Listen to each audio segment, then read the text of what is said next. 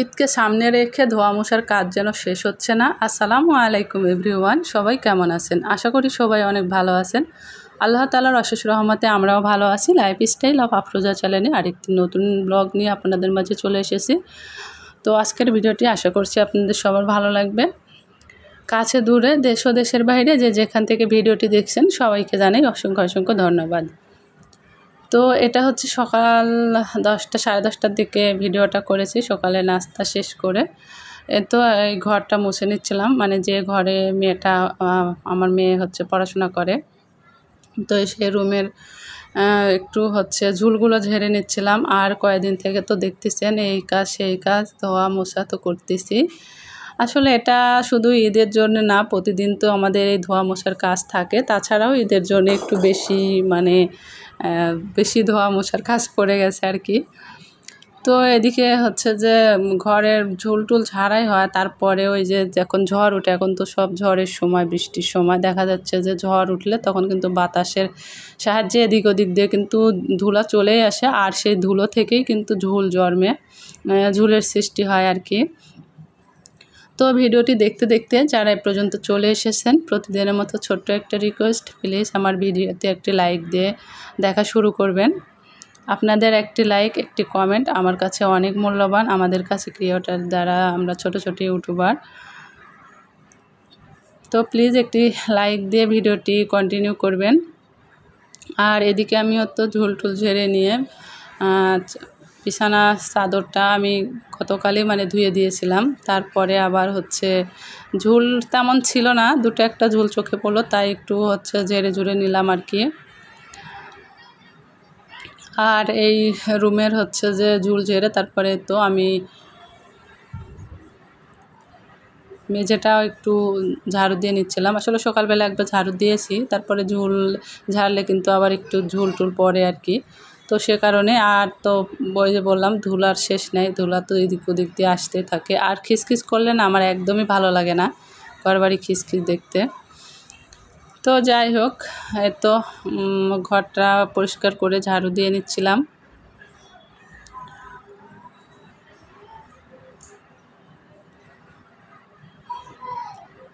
আর তার আগের দিনও কিন্তু আমি হচ্ছে ঘরের সব জিনিসপত্র একে একে সব গুছিয়ে আরেক ঘরে মুছে সব কিছু ঠিক করেছি আর কি। আর তারপরেও তো টুকিটাকি কাজ থাকে। আর এদিকে হচ্ছে মেয়ের বই খাতাগুলো একদম এলোমেলো করে রেখেছে, সেগুলো একটু গুছিয়ে নিচ্ছিলাম। বই খাতা কলম, তারপরে এই যে জ্যামিতি বক্স, এটা ওটা। আসলে রাতে পরে ওভাবে রেখে আমার পাশে এসে ঘুমায় যায়। আর আমি কতদিন ওর সাথেও জেগে থাকি 12টা সাড়ে 12টা পর্যন্ত, 1টা পর্যন্ত কোনো দিন জেগে থাকি। আবার কোনো দিন দেখা যায় 11:30টার দিকেই ঘুমিয়ে যাই, তো ঠিক নাই।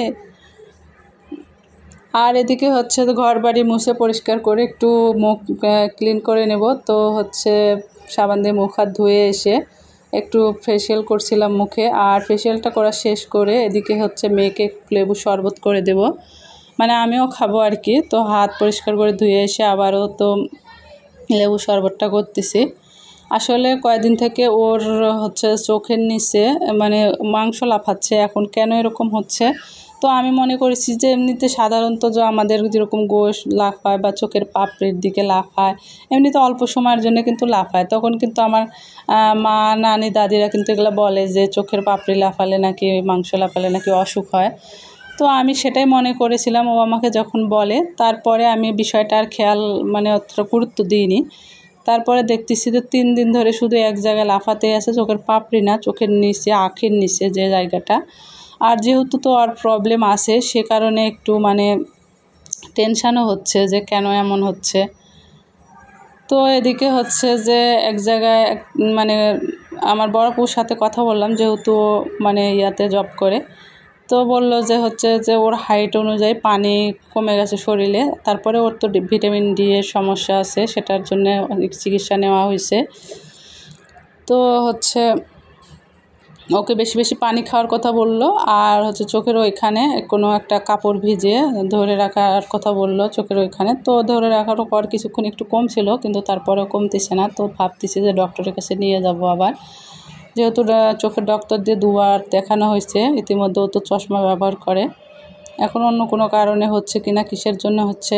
তারপরে অ্যালার্জির প্রবলেমের জন্য ওষুধ খাওয়া হয়েছে, অনেকগুলো ইঞ্জেকশনও দেওয়া হয়েছে অ্যালার্জির জন্য, সর্বোচ্চ চিকিৎসা নেওয়া হয়েছে।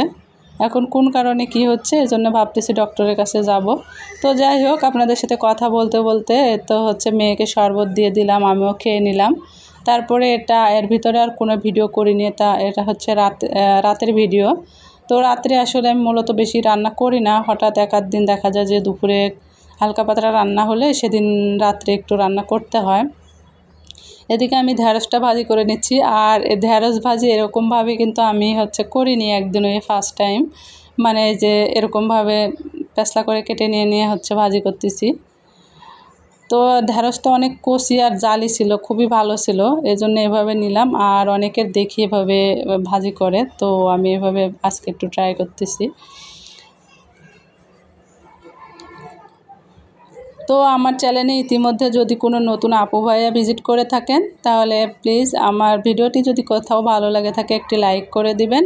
আর যদি বেশি ভালো লাগে থাকে তাহলে ছোট্ট করে একটা সাবস্ক্রাইব করে যাবেন এবং একটি ছোট্ট করে কমেন্ট করে যাবেন। সেই কমেন্ট অনুযায়ী আমিও আপনাদের পরিবারে চলে যাব। তো এদিকে আমার ঢ্যাঁড়স ভাজিটাই তো আমি নেড়ে চেড়ে সুন্দর করে ভেজে নিলাম। আর ঢ্যাঁড়স ভাজিটা কিন্তু সত্যি খুবই টেস্ট হয়েছিল, এরকম করে কোনোদিনও করিনি। মানে এর ভিতরে আমি হচ্ছে রসুন কুচি আর পেঁয়াজ কুচি দিয়েছি একটু পরে, তো সেটা হচ্ছে যে খাবারের টাইমে দাঁতের নিচে পড়ছিল আর অনেক ভালো লাগছিল। আর এর তো ঢ্যাঁড়স ভাজিটা হয়ে গেছে। এদিকে আমি 3টা ডিম অফ ক্যামেরায় সিদ্ধ করে নিয়েছিলাম, সেটাও ভেজে নিচ্ছি। আর হচ্ছে নেব হলো চিংড়ি মাছ, 3টা চিংড়ি মাছও ভেজে নেব।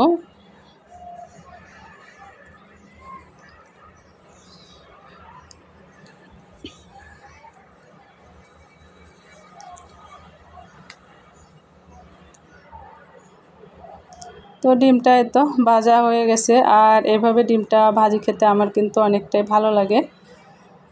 আর এখন তো চিংড়ি মাছটা ভেজে নেব।